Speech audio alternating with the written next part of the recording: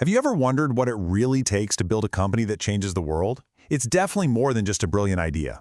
Today, we're going to get inside the mind of someone who's done it and look at a story of just extreme dedication. So picture this. You are the richest person on the planet. You could be anywhere doing anything you want, but instead, you choose to sleep on a cold, hard factory floor. I mean, it sounds completely insane, right?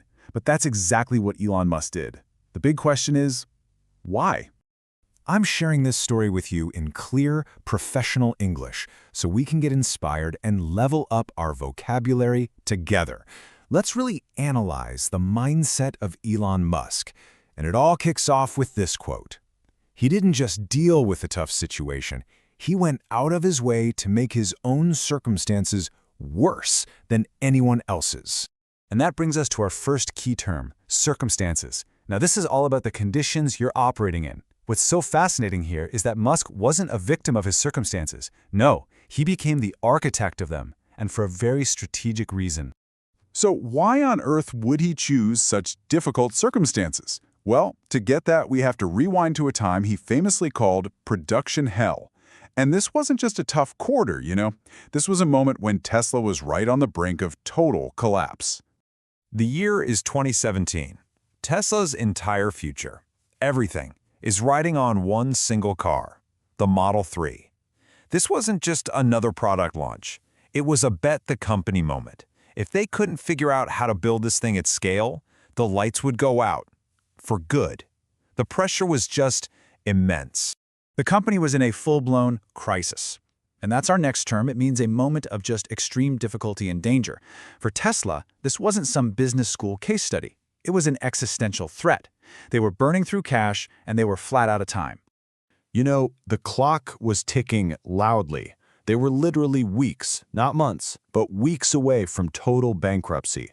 Every single second that passed, every car that didn't roll off that assembly line was pushing them closer and closer to the edge. Now, in a situation like this, most leaders would manage from a distance, right? From the comfort of a nice corner office. But Elon Musk, well, he's not most leaders. He chose a much more radical approach. He decided to lead from the trenches. He didn't just visit the factory. He literally moved in. He put his desk right there on the production floor, and he stayed 24/7. He was living and breathing the exact same problems his team was facing, day and night. What he was doing here is demonstrating a really powerful principle called skin in the game. It's not just about showing up. It's about sharing the exact same risks as your team. See, when your own success and failure are right there on the line with them, you just work differently. You solve problems way faster. And this really shows the difference between just being a manager and being a true leader. A manager, gives orders from a safe distance. But a leader gets down in the trenches and works right alongside the team. And that is the kind of leadership that builds unbreakable loyalty. So, just imagine you're a factory worker. You're exhausted. It's 3 in the morning. You look over and you see your billionaire CEO sleeping on the floor next to the assembly line. I mean, wow. That sight doesn't just motivate you, it leaves you inspired. It creates this powerful drive to push harder, not just for a paycheck, but for the shared mission.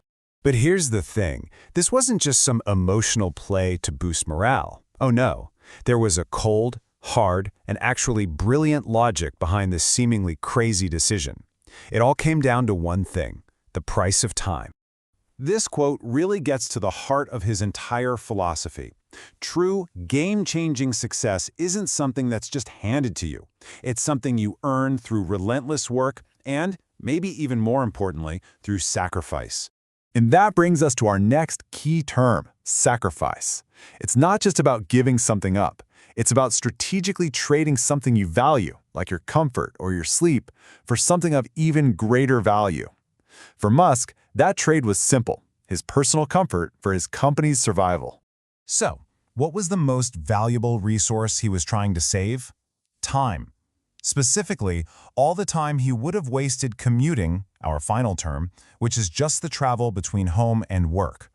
To most of us, it's just a part of the day, but to Musk, in the middle of a crisis, it was an unaffordable luxury. And when you look at the math, it's actually pretty simple, but totally profound. Let's say it's an hour's drive each way. That's 2 hours a day, 10 hours a week of completely wasted time. By sleeping at the factory, he instantly reclaimed every single one of those hours. It was a radical act of focus, and it sent a crystal clear message: every second counts. Okay, let's see how this all builds into a core philosophy that really defines his leadership. It's a simple, powerful, and totally non-negotiable principle of responsibility. And here it is, the big wealth lesson.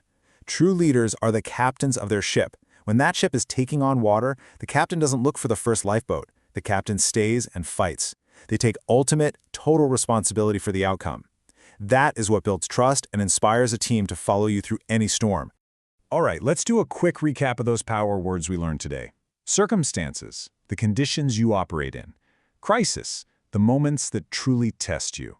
Inspired, the feeling you create when you lead by example. Sacrifice, the smart trade-offs you make for a bigger goal. And commuting, the hidden time waster that can mean the difference between success and failure. To grow your English and your mindset every day, hit subscribe and join our community. Let's succeed together. See ya! Elon Musk was willing to sacrifice his comfort and sleep on a factory floor to save his company. So the final question isn't just about him, it's about you. What are you truly willing to trade for your own success?